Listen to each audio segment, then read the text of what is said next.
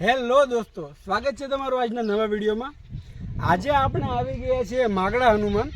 Already આપણા channel ઉપર આ જગ્યાનો નાનકડો વિડીયો મેં ઓલરેડી અપલોડ કરેલો જ હતો। હવે આપણે આ જગ્યાએ આવ્યા છીએ।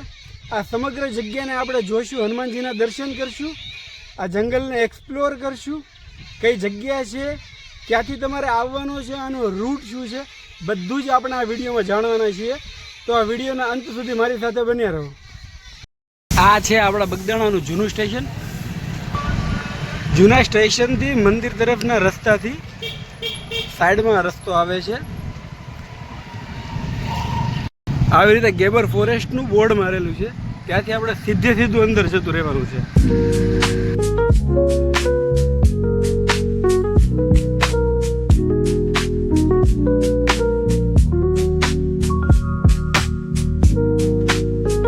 બગદાણાથી તમારે નવા ગામ આવવાનું, નવા ગામથી સીધું છે। અહીંયાના કોઈ પણ લોકલ લોકોને પણ તમે કહેશો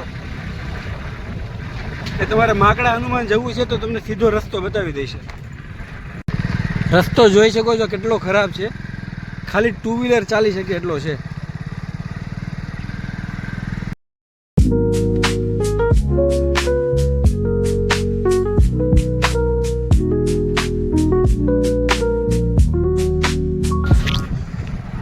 તમે ખાલી આ જગ્યાની ખૂબસૂરતી જુઓ, તમને લાગે તમે કોઈ ડિસ્કવરીના ચેનલ ઉપર ન આવી ગયા હોય।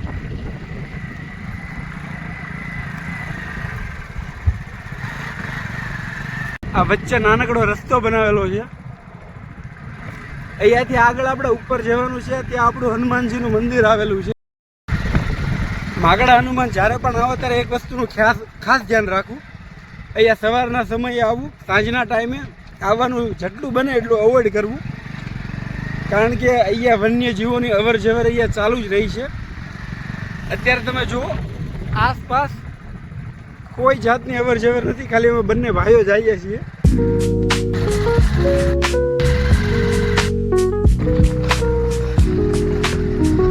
આ છે આપણું માગડા હનુમાનનું મંદિર। આપણે હવે મંદિર પહોંચી ગયા છીએ। હવે તમને મંદિરના દર્શન કરાવું।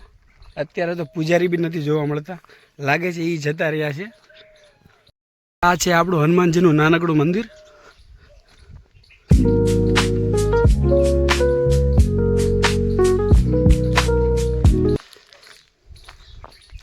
અત્યારે તો અહીંયા કોઈ નથી દેખાતું।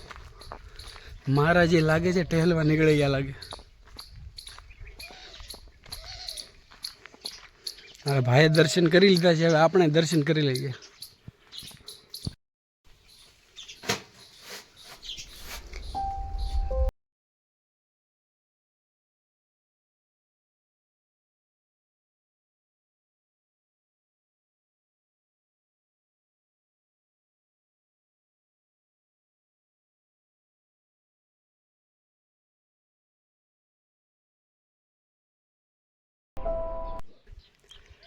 અત્યારે ખાલી એક દાદા છે જે સૂતા છે, બીજું અહીંયા દાદાને પૂછ્યું કોઈ નથી।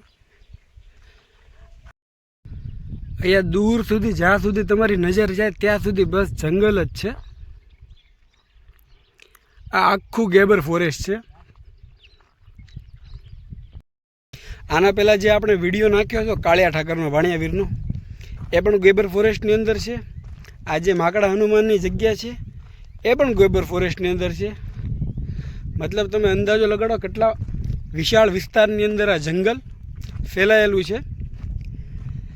કાળિયા ઠાકર આપણે ગયા હતા ત્યારે તો મતલબ ત્યાં થોડો લોકો આસપાસ રહે છે, પણ અહીંયા આ જગ્યાએ તો કોઈ નથી રહેતું।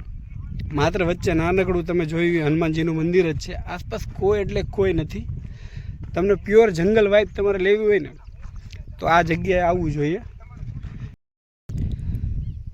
સામે નાનકડું ભેંસોનું ઝુંડ જાય છે।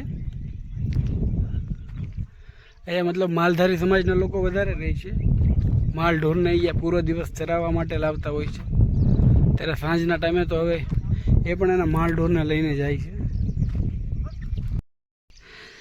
ત્યાં આપણું મંદિર છે, ત્યાંથી અહીંયા નીચે આવો એટલે આ પાણીનો હોજ છે, બાજુમાં કૂવો પણ છે। કૂવો પણ બતાવું તમને। આ હોજની બાજુમાં જ ત્યાં કૂવો આવેલો છે। આગળ આપણે રસ્તામાં જોયો તો ડેમ હતો, ત્યાં પણ વન્યજીવો પાણી પીવા માટે આવે છે રાત્રિ દરમિયાન. અહીંયા મંદિરની નીચે પણ આ કૂવાની બાજુમાં પણ આ હોજ બનાવેલો છે. અહીંયા પણ વન્યજીવોના પાણી પીવા માટે સ્પેશિયલ હોજ બનાવેલો છે. આવા જંગલમાં આવો ને તો એક વસ્તુનો ફાયદો છે, આવા મીઠા બોર તમને નહીં ખાવા મળે ભાઈ.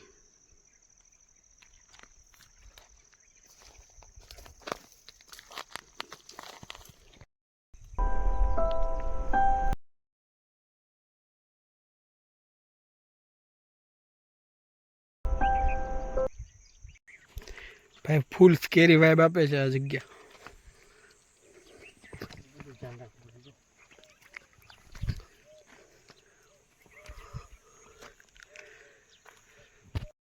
આ જગ્યાએ સમય લઈને જ આવશો. જેટલો અહીંયા સમય તમે વિતાવશો એટલી તમને મજા આવશે.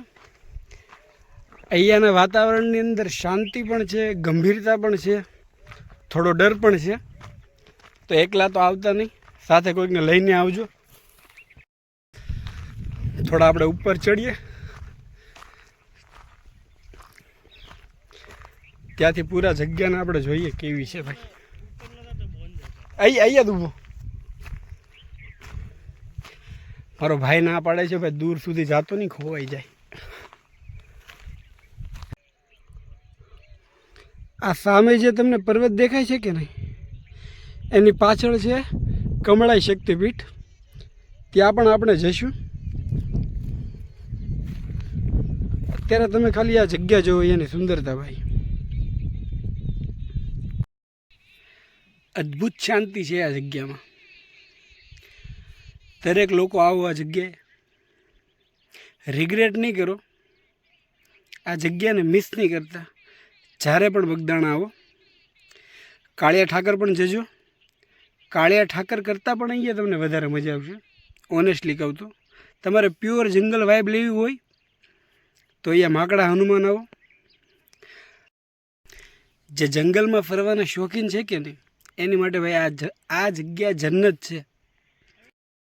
દૂર દૂર સુધી અહીંયા કંઈ નથી, માત્ર મંદિર, આ જંગલ અને આપણે. પ્રકૃતિની વચ્ચે જે આનંદ મળે, જે ખુશી મળે, એ બીજી જગ્યાએ નથી મળવાની. મસ્ટ વિઝિટ જગ્યા છે ભાઈ. તમને લાગે ભાઈ કોઈ મેન વર્સિસ વાઇલ્ડના એપિસોડમાં આવી ગયા હોય ને એવું ફીલ થાય અહીંયા. ભાઈ મારો નીચે પોગી ગયો છે, હું નીચે જાઉં. આપણે ઓલરેડી મોડું થઈ ગયું છે. આપણે ત્યાં નીચે ગયા હતા, આસપાસ ફર્યા, પાછા હવે આપણે મંદિર આવી ગયા છીએ. લેટ થઈ ગયું છે, પાણી પીતા જઈએ ભાઈ.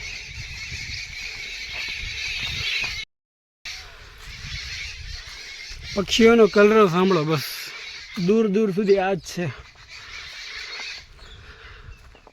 અને વચ્ચોવચ્ચ બેઠા છે આપણા હનુમાનજી.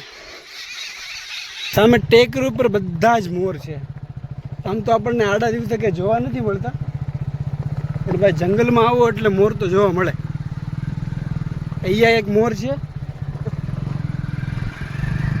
ત્યાં ટેકરી ઉપર પણ છે, અને ઉપર બી ઘણા બધા છે.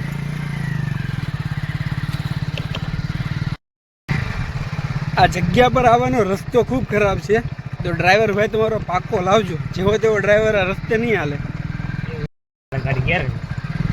અહીંયાના ખાલી તમે રસ્તા જુઓ, રસ્તા પણ નથી. આ ખાલી ચાલી ચાલીને જે કેડી થઈ છે ને, એ કેડી છે ખાલી.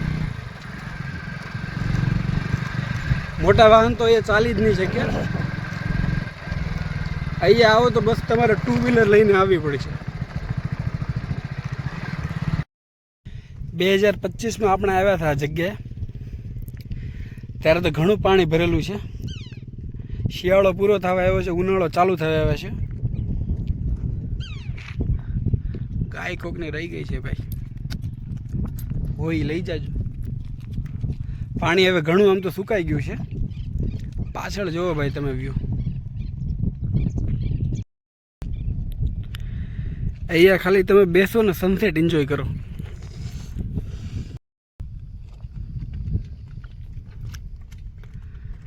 નાનકડો માલધારી આપણો.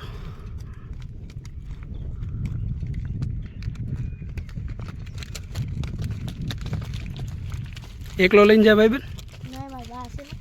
આગળ છે હા